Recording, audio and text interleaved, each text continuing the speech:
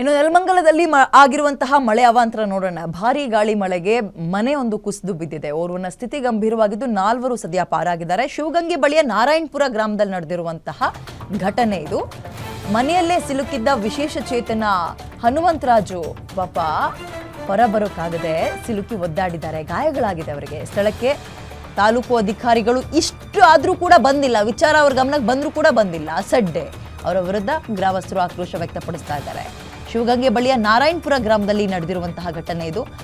ಆ ಮನೆಯಲ್ಲೊಬ್ರು ವಿಶೇಷ ಚೇತನ ಇದ್ರು. ಓಡ್ ಬರೋಕ್ಕಾಗಿಲ್ಲ, ಮನೆ ಬೀಳ್ತಾ ಇದ್ದಂತೆ ಪಾಪ ನಡೆಯೋಕ್ಕಾಗಿಲ್ಲ.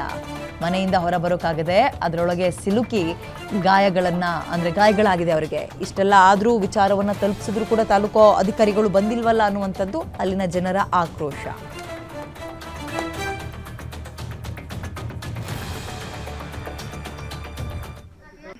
ನೆಲಮಂಗಲ ತಾಲೂಕು, ಬೆಂಗಳೂರು ಗ್ರಾಮಾಂತರ ಜಿಲ್ಲೆ. ಸಂಜೀವಯ್ಯ ಅನ್ನೋರ ಮನೆ ರಾತ್ರಿ 11:30 ಮಳೆ ಬಂದಾಗ ಬಿದ್ದೋಗೈತೆ. ಅವರು ಒಂದು ಹುಡುಗಂಗೆ ಬೇರೆ ಏಟಾಗೈತೆ. ಆದ್ದರಿಂದ ಸರ್ಕಾರದಿಂದ ಬರುವಂಥ ಯಾವುದೇ ಸೌಲಭ್ಯನಾಗಲಿ ಅವರಿಗೆ ಕಲ್ಪಿಸಿ ಕೊಡಬೇಕು. ನೆಲಮಂಗಲ ತಾಲೂಕು, ಬೆಂಗಳೂರು ಗ್ರಾಮಾಂತರ ಜಿಲ್ಲೆ. ಸಂಜೀವಯ್ಯ ಅನ್ನೋರ ಮನೆ ರಾತ್ರಿ 11:30 ಮಳೆ ಬಂದಾಗ ಬಿದ್ದೋಗೈತೆ. ಸಂಜೀವಯ್ಯರ ಮನೆ ಪಕ್ಕದ ಮನೆಯವರು ನಮ್ಮ ದೊಡ್ಡಪ್ಪರೇ ಆಗಬೇಕು. ರಾತ್ರಿ ನೈಟು ಒಂದು 11:30-12 ಟೈಮಲ್ಲಿ ಮನೆ ಗೋಡೆ ಪೂರ್ತಿ ಕುಸಿದೋಗಿದೆ. ಅವ್ರ ಮಗ ಉಟ್ಕೊಂಡು ಹಂಗೆ ತುಂಬ ಕಡು ಬಡವರು ಸರ್. ಪಂಚಾಯತಿ ಕಡೆಯಿಂದ ಆಗಲಿ ಸರ್ಕಾರದಿಂದ ಏನು ಬರ್ತದೋ ಅನುದಾನ ಬಡವರಿಗೆ ತಲುಪಿಸಿ ಅವ್ರ ಮನೆ ನೆರಪು ಮಾಡಿಕೊಡ್ಬೇಕು ಅಂತೇಳಿ ತಮ್ಮಲ್ಲಿ ಮನವಿ ಮಾಡ್ಕೊಳ್ತೀವಿ. ಸಂಜೀವಯ್ಯರ ಮನೆ ಪಕ್ಕದ ಮನೆಯವರು ನಮ್ಮ ದೊಡ್ಡಪ್ಪರೇ ಆಗಬೇಕು.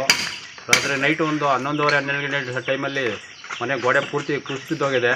ಅವ್ರ ಮಗ ಉಟ್ಕೊಂಡು ಹಂಗೆ ತುಂಬ ಕಡು ಬಡವರು ಸರ್. ಪಂಚಾಯತಿ ಕಡೆಯಿಂದ ಆಗಲಿ ಸರ್ಕಾರದಿಂದ ಏನು ಬರ್ತದೋ ಅನುದಾನ ಬಡವರಿಗೆ ತಲುಪಿಸಿ ಅವ್ರ ಮನೆ ನೆರಪು ಮಾಡಿಕೊಡ್ಬೇಕು ಅಂತೇಳಿ ತಮ್ಮಲ್ಲಿ ಮನವಿ ಮಾಡ್ಕೊಳ್ತೀವಿ. ಸಂಜೀವಯ್ಯರ ಮನೆ ಪಕ್ಕದ ಮನೆಯವರು ನಮ್ಮ ದೊಡ್ಡಪ್ಪರೇ ಆಗಬೇಕು. ರಾತ್ರಿ ನೈಟು ಒಂದು 11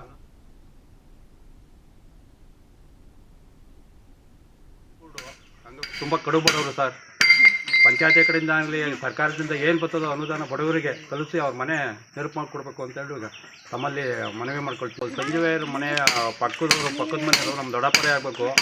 ರಾತ್ರಿ ನೈಟು ಒಂದು 11:30-12